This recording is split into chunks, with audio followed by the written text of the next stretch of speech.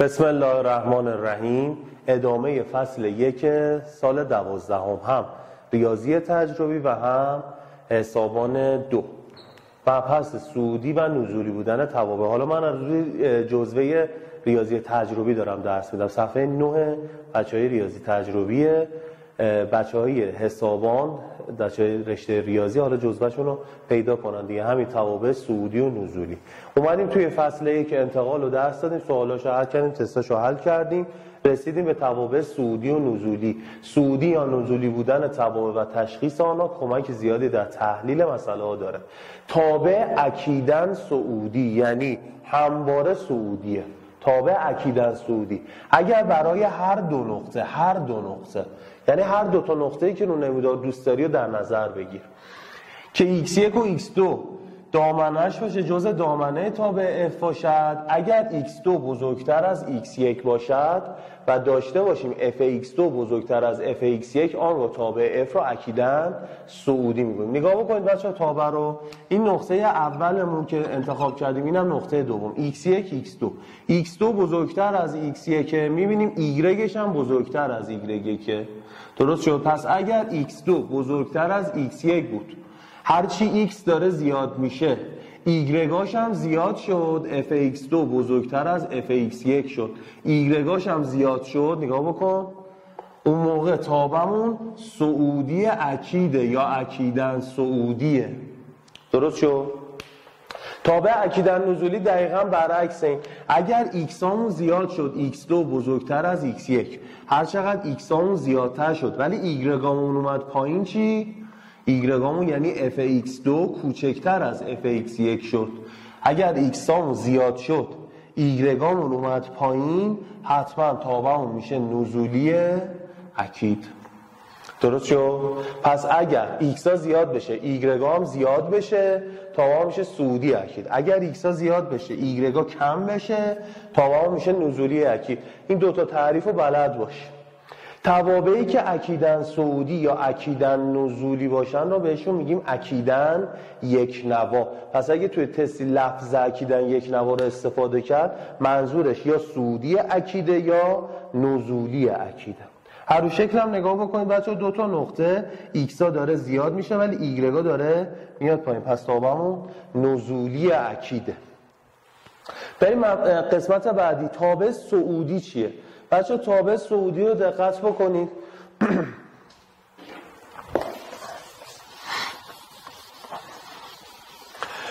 اگر بچه x2 همون تعریف صعودی اکید چی بود؟ اگر x ها زیاد بشند y ها هم زیاد بشند، بهش میگفتیم صعودی اکید. ولی اگر این وسط یه جا مساوی هم داشت، بهش دیگه صعودی اکید نمیگیم، میگیم تابع صعودی. نگاه بکن، تابع x ها دارن زیاد میشن، میبینی x ها داره همینجوری زیاد میشه، y هم داره زیاد میشه، فقط یه تیکه چیه؟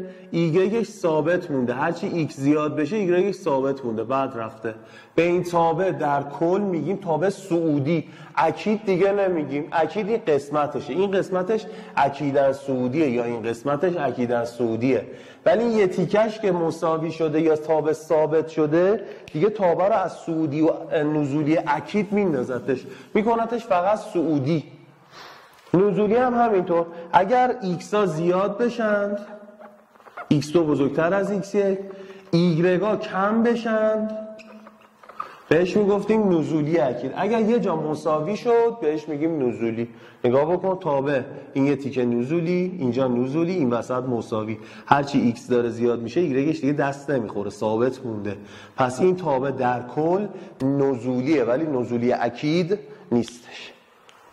خب نکته بعدی، اگر تابع f صعودی یا نزولی باشد، گوییم تابع f یک نواست. اونجا چی میگفتیم؟ اکیداً یک نوا. تو اکیداً صعودی و اکیداً نزولی میگفتیم اکیداً یک نوا. ببخشید. اگر تابع f صعودی یا نزولی باشد، دیگه اکید توش نباشه، بهش میگیم تابع f یک نواست.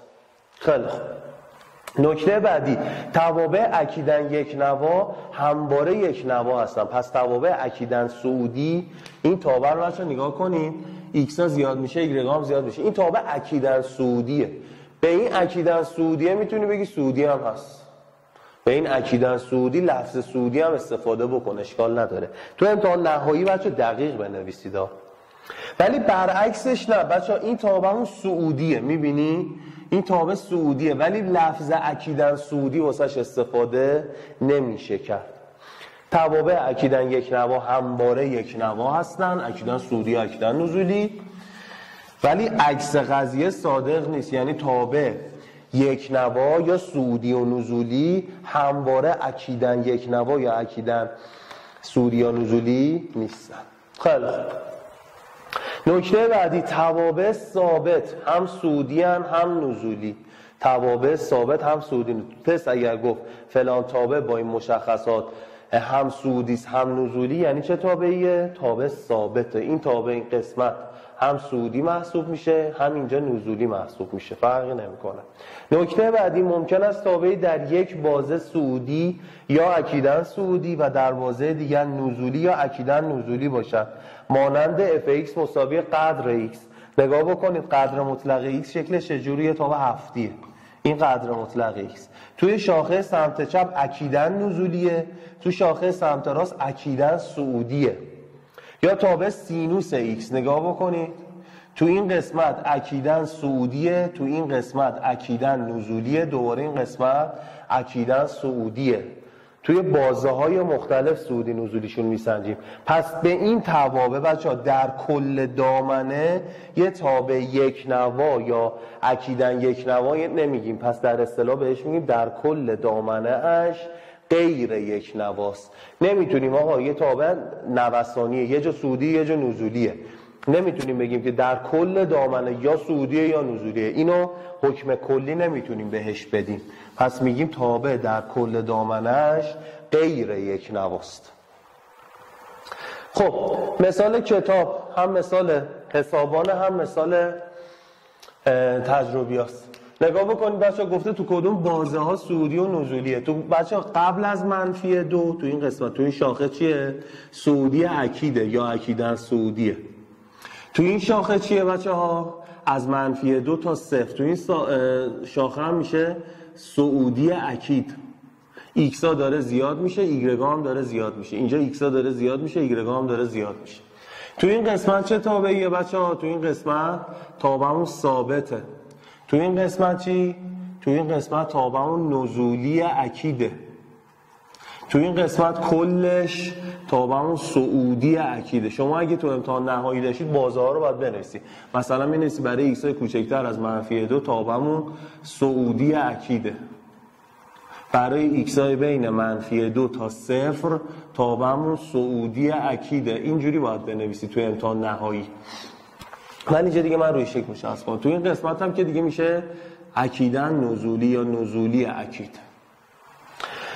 نکته، هر تابع اکیداً یک نوا یک به یک نیز هست. تابعهای اکیداً یک نوا اکیداً صعودی یا اکیداً نزولی. اکیداً صعودی و اکیداً نزولی یک به یک هست. یعنی یه خط موازی محور ایکس ها رسم بکنی تابع رو توی یک نقطه فقط قطع میکنه. فقط تابعهای اکیداً صعودی یا اکیداً نزولی. اکیداً صعودی اینه اگر یه خط موازی محور ایکس ها رسم بکنی تابع رو توی نقطه قطع میکنه. اکیداً نزولی اینه اگر دوباره یه خط موازی محور ایکس ها رسم بکنی تابع رو توی یک نقطه قطع میکنه. پس توابع اکیداً صعودی، اکیداً نزولی یا در کل بگیم تابعهای اکیداً یک نوا یک به یک هم هستن. ایگرگ مساوی است با 2 به توان ایکس. بچه‌ها فقط 2 به توان ایکس، نه 2 به توان آ. 2 به توان ایکس بچه‌ها تابع نمایی شکلش چجوریه؟ اینجوری. این 2 به توان ایکسه. اگر ایکس رو 0 بدیم 1 میگیریم، تو منفیا میل میکنه به 0، اون برم میره میل میکنه به سمت مثبت. اگر بچه‌ها 1/2 ایکس بود چی؟ تابع اون اکیداً نزولیه. این 1/2 ایکسه. در هر دو صورت میبینید بچه‌ها تابعمون 1 به 1. -1/3 به توان ایکس به اضافه یه همچین شکلی. حالا با انتقال به سمت چپ و راستش هم میبریم. لگاریتم ایکس. بچه‌ها تابع لگاریتم ایکس چجوریه؟ اگر پایمون بیشتر از 1 باشه یعنی لگاریتم ایکس در مبنای آمون بیشتر از 1 باشه. تابمون صعودی اکیده. اگر بچه ها این شکلی باشه یعنی لگاریتم x در مبنای a برای آی بین 0 و 1. اگر مبنامون بین 0 و 1 بود تابمون اکیداً نزولیه. این دوتا شکل رو حتما بکشید بچه ها. لگاریتم x برای مبناهای بیشتر از 1 تابع اکیداً صعودی این شکلیه. حالا توی 11 لگاریتم و نمایونا رو کامل بهتون درس میدم در آینده. اگر بچه ها پایمون یا مبنامون بین 0 و 1 بود تابعمون میشه اکیداً نزولی. اگر تابع f در بازه آ تا b اکیداً صعودی باشد برد آن میشه f آ تا f b. نگاه بکن یه تابع اکیداً صعودی واسه خودت مثال بزن. میگه تو بازه آ تا b. میگه تو این بازه اکیداً صعودی. بردش چیه بچه ها؟ اینجا f آ اینجا هم f b دیگه. پس بردش میشه بازه بسته f آ تا f b اگر صعودی اکید باشه. صعودی خالی نه، صعودی اکید. اگر تابع f در بازه آ تا b اکیداً نزولی باشد یه تابع نزولی واسه خودت مثال بزن این شکلی. تو بازه آ تا b این آ اینم b. بردش از کجا تا کجاست؟ f b تا f آ.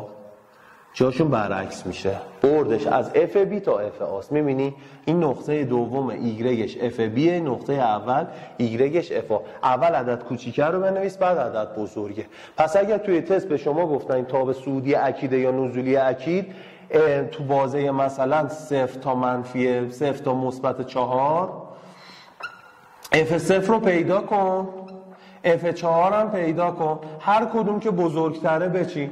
مثلا میگی f0 شده 1، f4 شده منفی 2. کوچیکتره رو اول اینجا بنویس، بزرگتره رو اینجا. بردش میشه از منفی 2 تا 1. دیگه این نکته رو هم نمیخواد حفظ کنی. کوچیکه رو اول بنویس بعد بزرگه رو بنویس.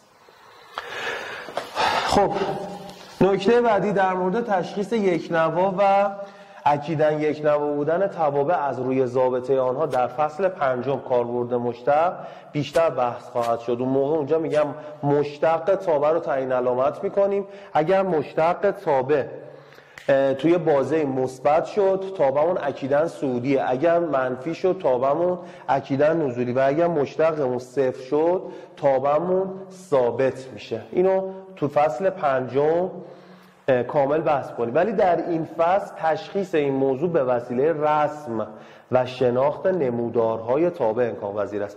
پس تو این فصل اگر به شما تابع صعودی نزولی گفتن بیشتر شکل تابع رو توی ذهنتون بیارید.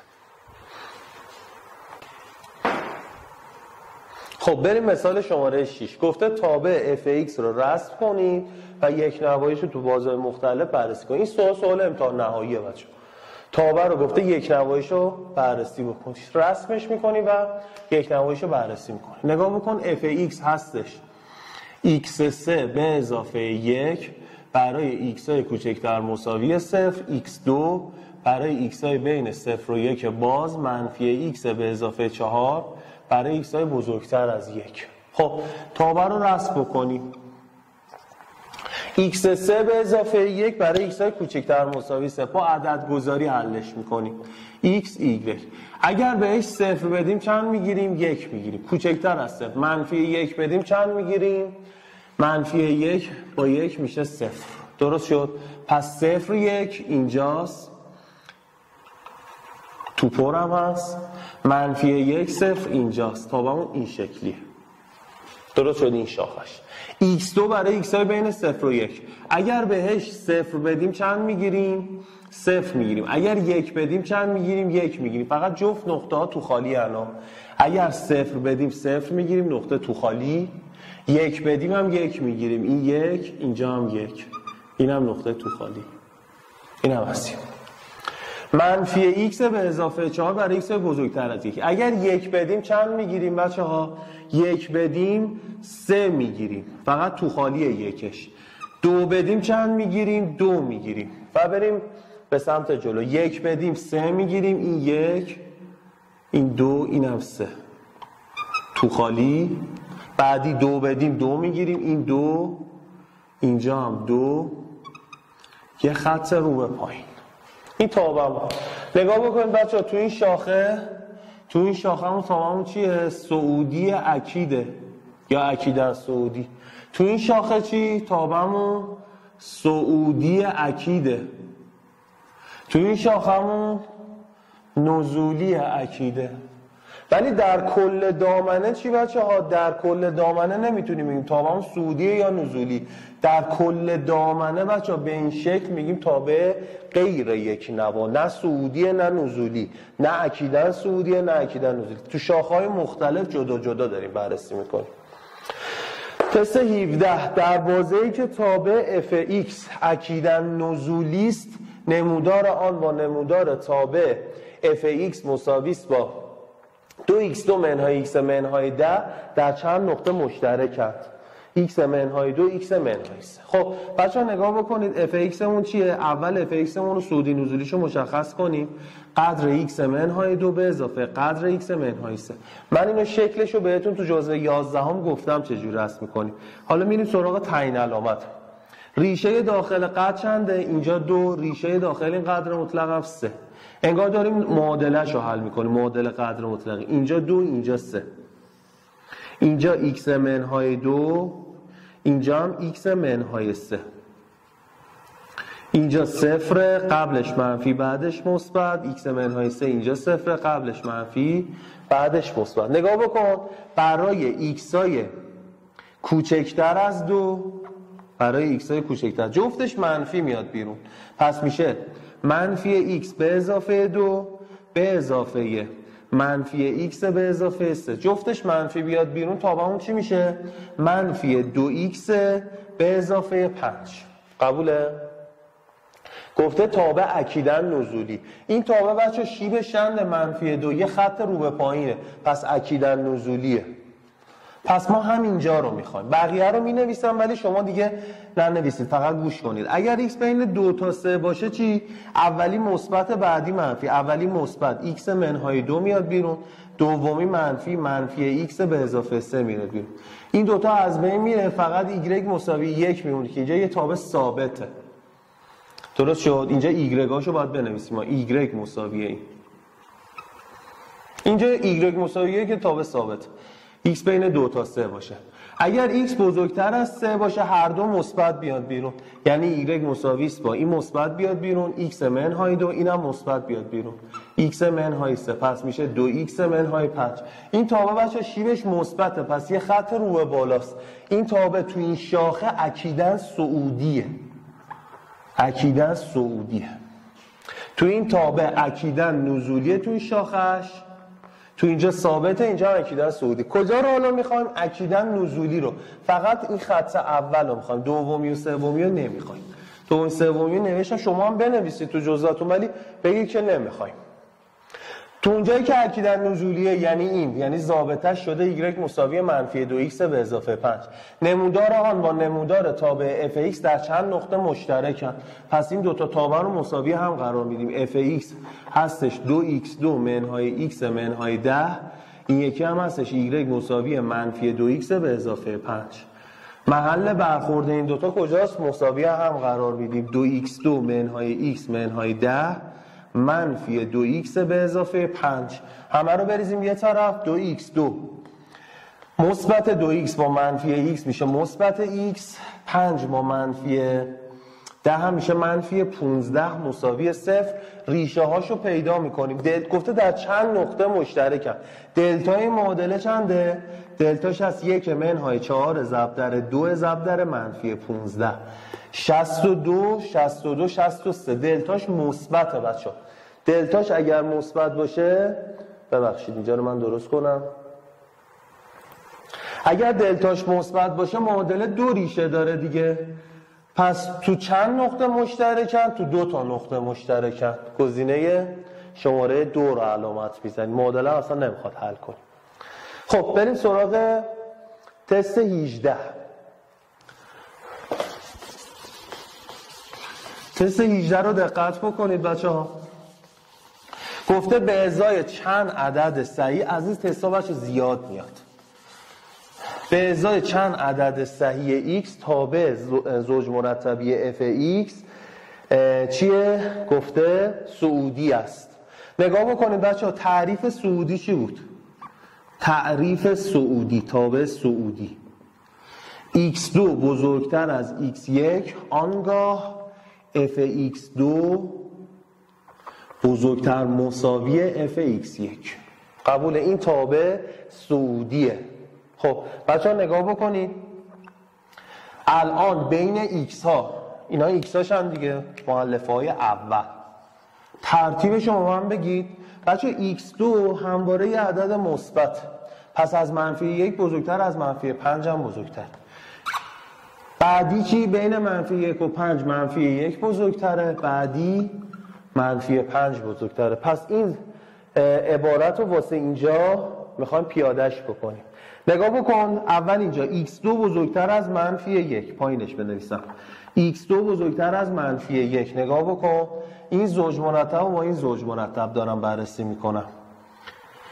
مؤلفه های اولش این بزرگتر از اینه، برای اینکه تابع سعودی باشه باید مؤلفه دومش هم بزرگتر از این باشه دیگه.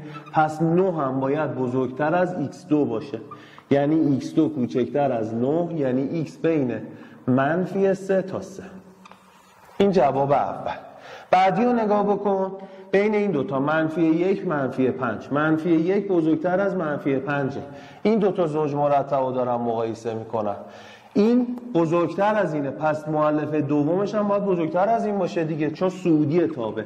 x2 بزرگتر است از 3x به اضافه 4. همه رو بریزیمشون یه طرف. x2 بزرگتر است از x2 منهای 3x منهای 4 بزرگتر است از 0. جمع ضرایب رو نگاه بکن، اولی به اضافه سومیش وسطی، پس یه ریشه اون -1، یه ریشه اون -3، یعنی 4. -1 و 4 بین دو ریشه یا خارج دو ریشه؟ بین دو ریشه مخالف علامت x2 منفی، ما دنبال مثبتیم، خارج دو ریشه رو میخوایم.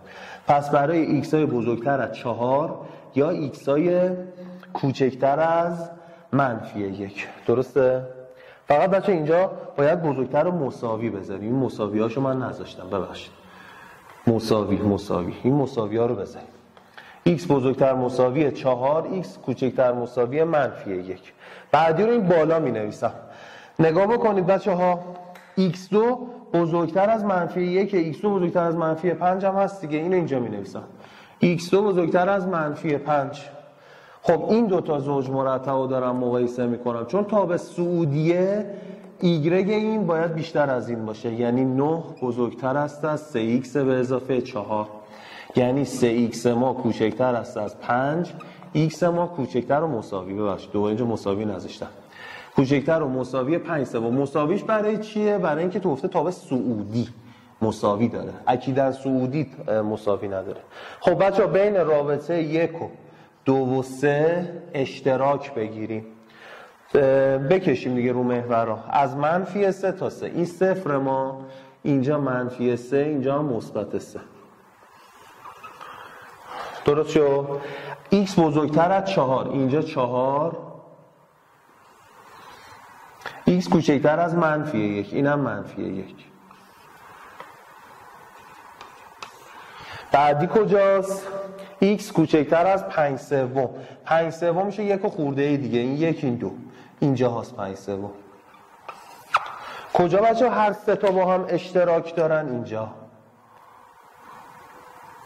اینجا هر سه تاشو با هم اشتراک دارن، از -3 تا -1. پس 1 اشتراکش با 2 اشتراکش با 3 میشه از -3 تا -1، از -3 تا -1. چند عدد صحیح این وسط هستش؟ -3. عدد صحیحاشو -2 -1. 3 تا عدد صحیح این وسط هستش. به ازای چند عدد صحیح x تابع سعودی است؟ به ازای این 3 تا عدد صحیح تابعمون سعودیه. خب رسیدیم به تست 19. تست 19 گفته تابع این زوج مرتبی f هم سعودی هم نزولی. هم سعودی هم نزولی چه تابعی بود؟ تابع ثابت. تابع ثابت بچه‌ها چه زوج مرتبای تابع ثابت بودن؟ تابعی که ایگرگاشون یکی بود یا مؤلفه‌های دومشون تماما یکی بود. پس 2a منهای b مساویست با a به اضافه 4 مساویست با منفی a. این سه تا باید برقرار باشه. این دوتا رو بچه با هم مساوی قرار بدیم.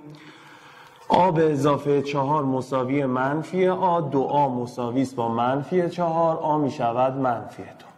این دوتا رو مساوی هم قرار بدیم. 2a منهای b a به اضافه 4 به جای a بذاریم منفی 2.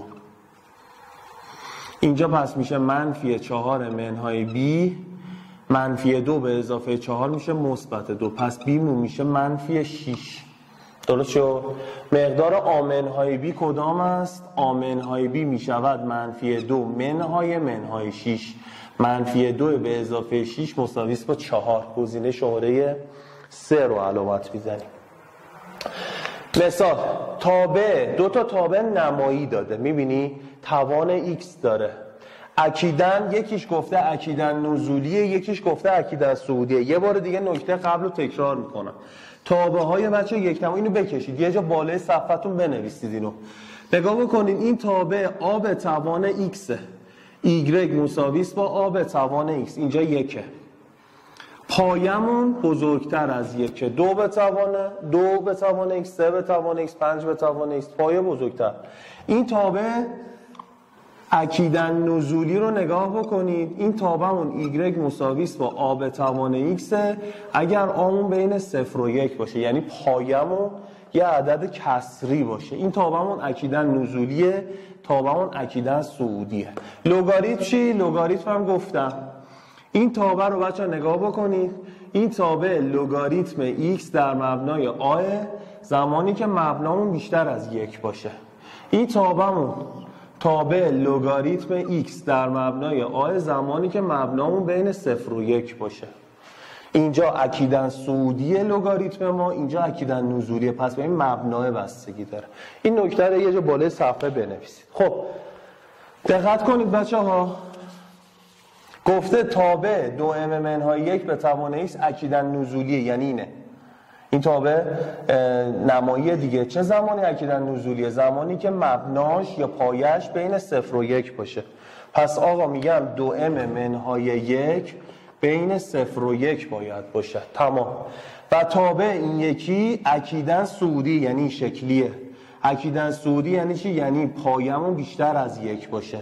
یعنی 3 منهای k2، یا پایینش بنویسم، 3 منهای k2 بزرگتر از 1 باید باشه. این دوتا رو باید حل بکنیم. اینو چجوری حل کنیم؟ به اضافه 1 کنیم، این بپره، پس می شود 2m بین 1 تا 2 تقسیم بر 2 هم بکنیم، پس m ما می شود بین 1/2 تا 1.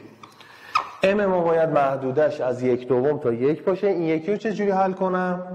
همه رو بیانیمش اون سمت. k2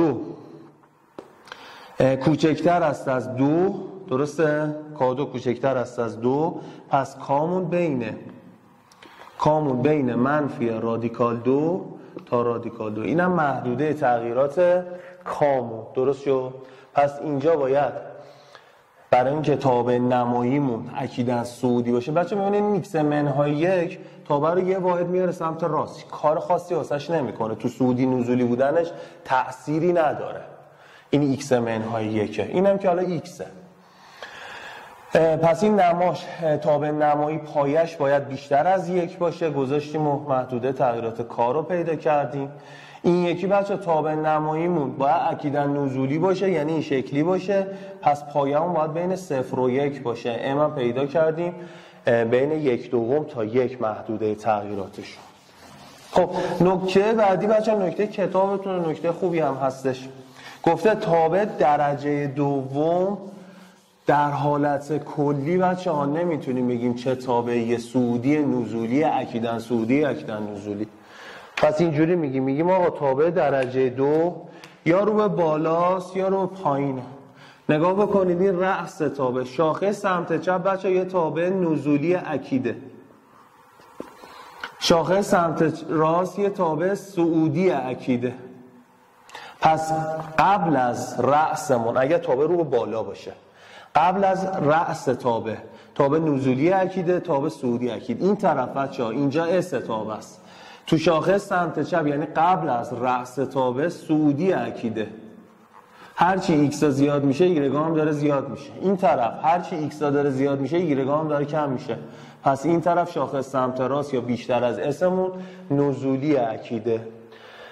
پس اینو بخونیم. اگر آ مثبت باشد در کل دامنه چی بچه‌ها؟ در کل دامنه هر دو نمیتونیم بگیم که همیشه صعودی یا همیشه نزولی. پس روی کل دامنه غیر یک نواست. تابع درجه دوم روی آرک غیر یک نواست.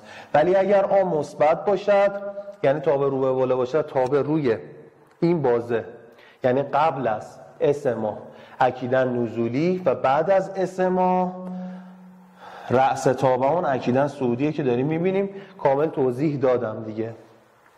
نکته بعدی رو بچه‌ها من توی جزوه 11 رسم جمع و تفریق توابع قدر مطلقی رو بهتون گفتم. حالا برای بچهای مدرسه دکتر حسابی که نگفتیم یعنی هنوز نرسیدیم به تابع 11 دقت بکنید. یه مثال بزنم. میگه ایگرگ مساوی است با قدر ایکس منهای 2 به اضافه قدر ایکس به اضافه 3. اینو رسمش بکن. جمع دو تا قدر مطلق. اینو کامل تو جزء 11 فعلا اینجا یاد بگید، تو جزء 11 بگم. ریشه این قدر مطلق چنده؟ 2. ریشه داخل این قدر مطلق چنده؟ منفی 3. سریع بیا رو نمودار. اینجا 2، اینجا هم منفی 3. اگر 2 بدیم چند میگیریم؟ 2 بدیم این 0 میشه، 2 به اضافه 3 5. قدر مطلقش هم 5. 1 2 3 4 اینم 5. پس اگر 2 بدیم 5 میگیریم. این یکی اگر منفی 3 بدیم چی؟ منفی 3 بدیم این 0 منفی 3 منهای 2 منفی 5 قدرش میشه 5. تابعمون بچه این شکلیه. یه تابع زوزنقه این شکلی ناش.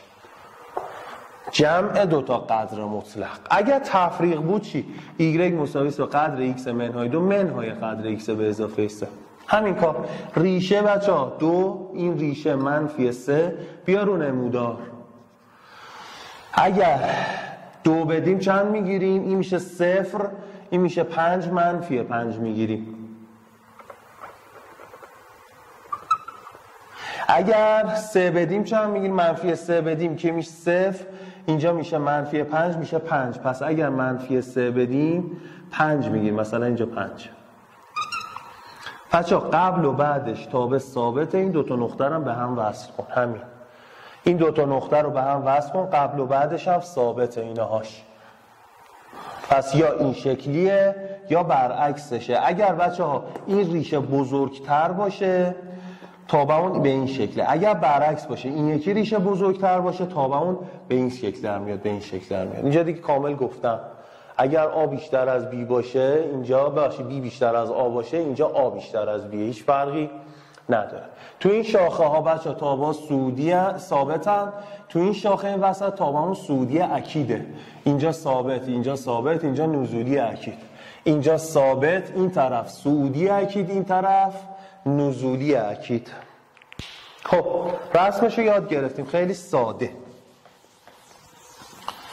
تست 20 رو نگاه بکنید. تست تألیفی خودم گفته اگر تابع fx مساوی است با x2 به اضافه 8x روی بازه آتابی صعودی اکید باشد.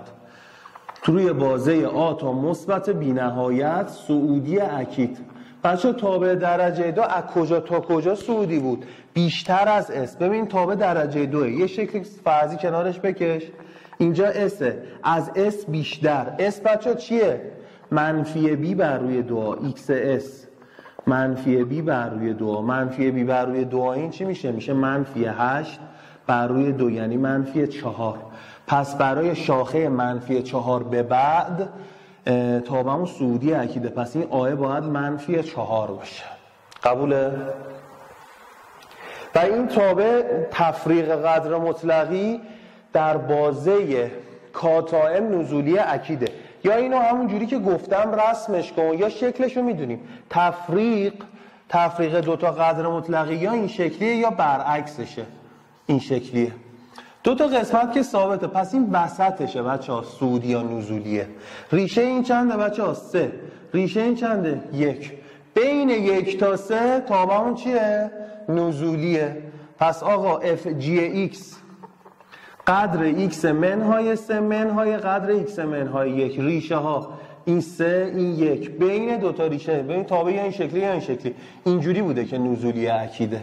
پس بین 1 تا 3 نزولی اکیده. یه شکلشو بکش، شکلش هم که یاد دادم بهت چجوری بکشی. خب اینو بچه با کام مقایسه کنید.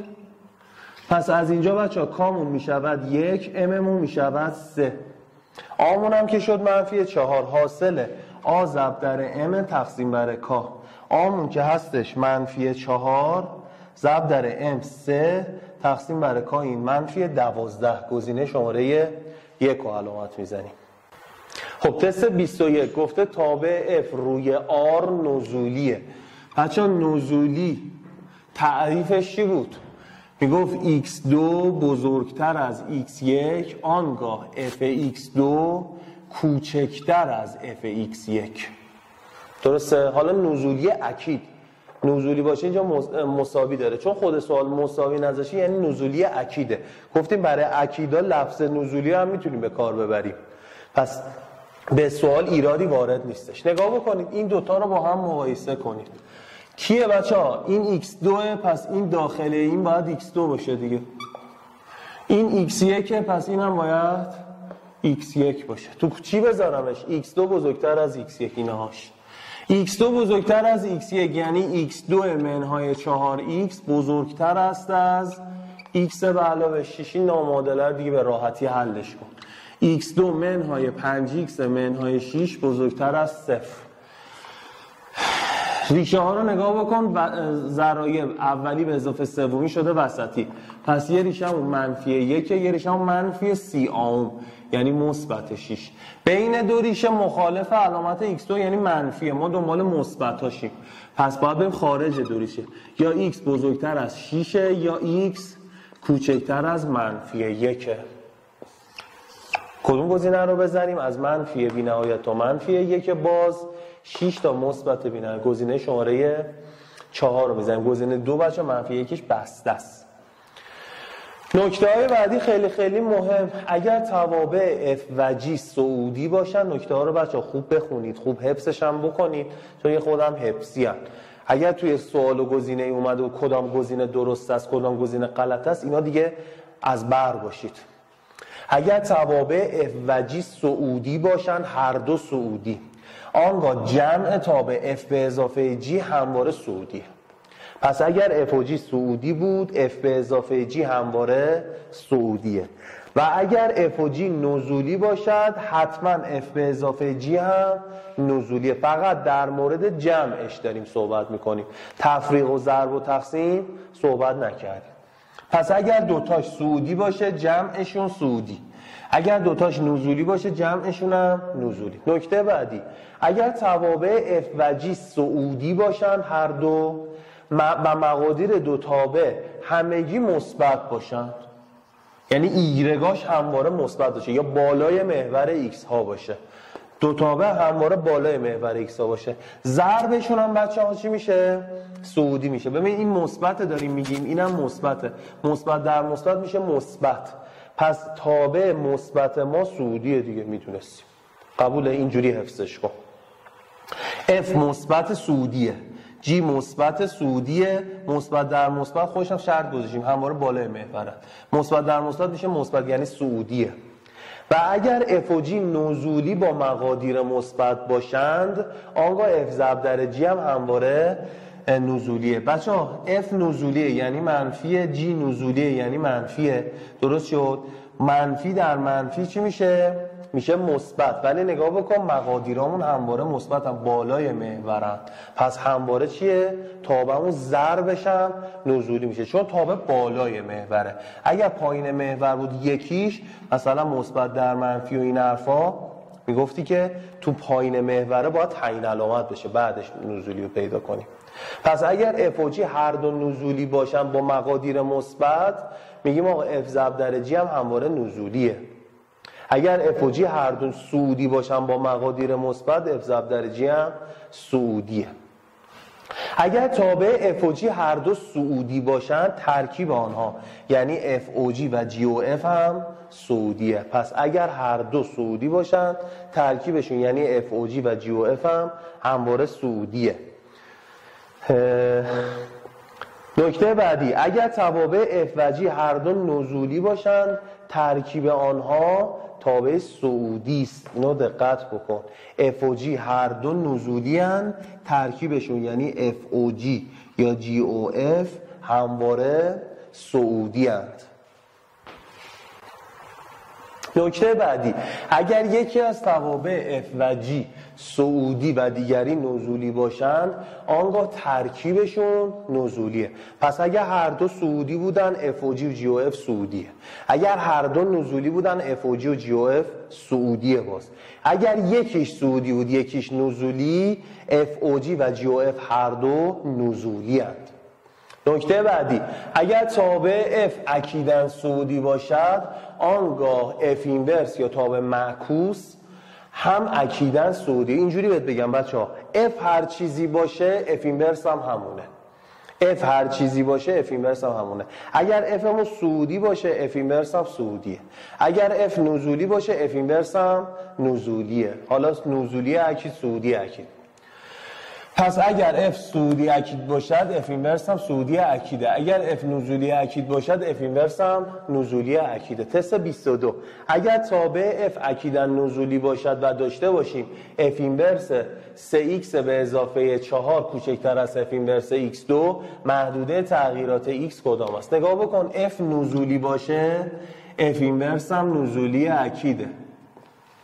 خب تعریف نزولی چی بود بچه ها؟ x2 بزرگتر از x1 آنگاه f x2 کوچکتر از f x1. حالا اینجا f اینورس میذاریم، فرقی نمیکنه.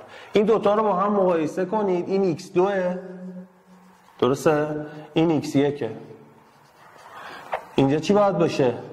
x2 باید بزرگتر از x1 باشه.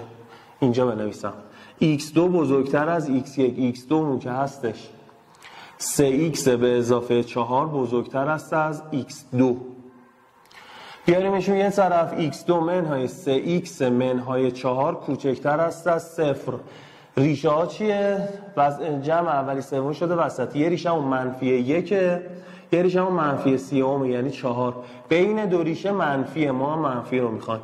پس x بین منفی 1 تا 4 رو میخوایم، یعنی گزینه شماره 3 رو علامت میزنیم.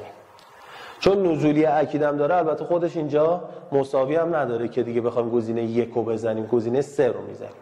تست 23، اگر تابع f صعودی اکید باشد و بدانیم f4 0. وقتی میگه f4 0 یعنی چی؟ یعنی محل برخورد y 0 دیگه، محل برخورد تابع با محور x ها. f هم میگیم که تابع صعودیه. نگاه بکنید یه شکل الکی واسه خودم میکشم. این نقطه 4 گفته چیه؟ تابع f(x) صعودی اکیده. این تابع f(x) بچه شکل الکی هم کشیدم. نقطه 4 هم خورده به محور x ها. تمام. دامنه y مساوی است با رادیکال f(x) بر روی x2 منهای 1 چقدره؟ خب زیر رادیکال باید مثبت باشه، یعنی f(x) بر روی x2 منهای 1 باید بزرگتر و مساوی 0 باشه.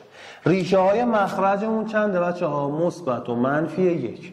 ریشه صورتمون چیه؟ یعنی محل برخورد تابع با محور x، همون ریشه‌مون 4 دیگه. خب بریم سراغ جدول تعیین علامت. خیلی ساده. اینجا بنویسم.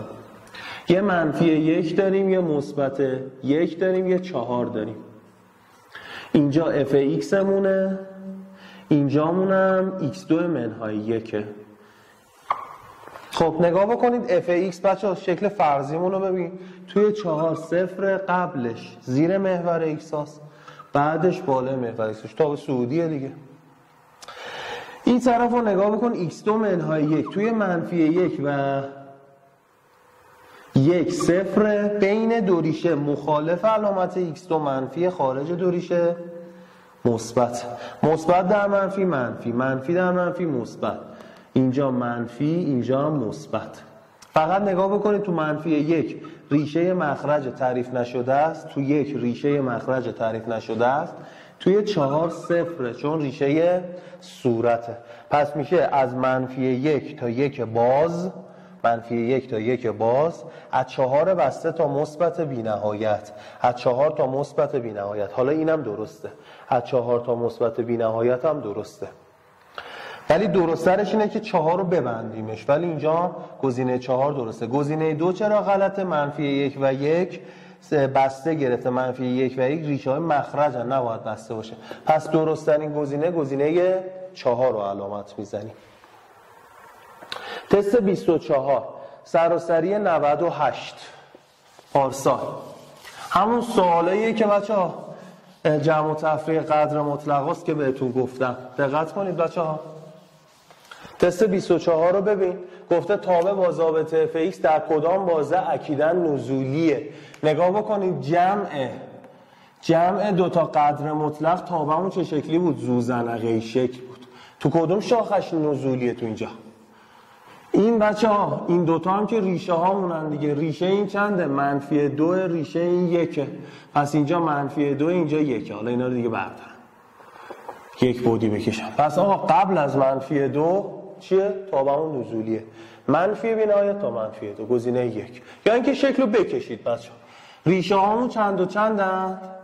منفی 2 منفی 1. این منفی 2، اینجا هم 1. اگر منفی 2 بدیم چند میگیریم؟ این میشه 0، این میشه 3 اینجا. اگر 1 بدیم هم 3 میگیریم. اینها تابع رو دقیق رسمش کردم. تو کدوم شاخص نزولیه؟ از منفی 2 به قبل، منفی بی‌نهایت تا منفی 2. تمام. تست 25 تفریق دوتا قدر مطلقه. بچه‌ها تفریق دوتا قدر مطلق یا این شکلیه یا این شکلیه. این دوتا چی هم بچه‌ها؟ ریشه ها هم دیگه. ریشه این چنده؟ منفی 1، ریشه این چنده؟ 2. از منفی 1 تا 2 تابعمون صعودیه، منفی 1 تا 2 گزینه 3. راحت میزنید تست. یا اینکه رسمش کن. ریشه هامون یکیش منفی 1، این منفی 1، یکیش 2، اینم 2. اگر منفی 1 بدیم این 0 میشه 3، یه منفی هم پشتش منفی 3. اینجا منفی 3. اگر 2 بدیم چند میگیریم؟ این 0، اینجا هم 3. این دوتا رو با هم وصل میکردیم، بقیهش ثابت بود. فقط این یه تیکه صعودیه، یعنی از منفی 1 تا عدد 2. فقط گزینه 3 رو علامت میزنیم. خب درسمون باشه تا ابتدای ترکیب توابع که توی امتحاناتون میاد. یا علی خدا نگهدار.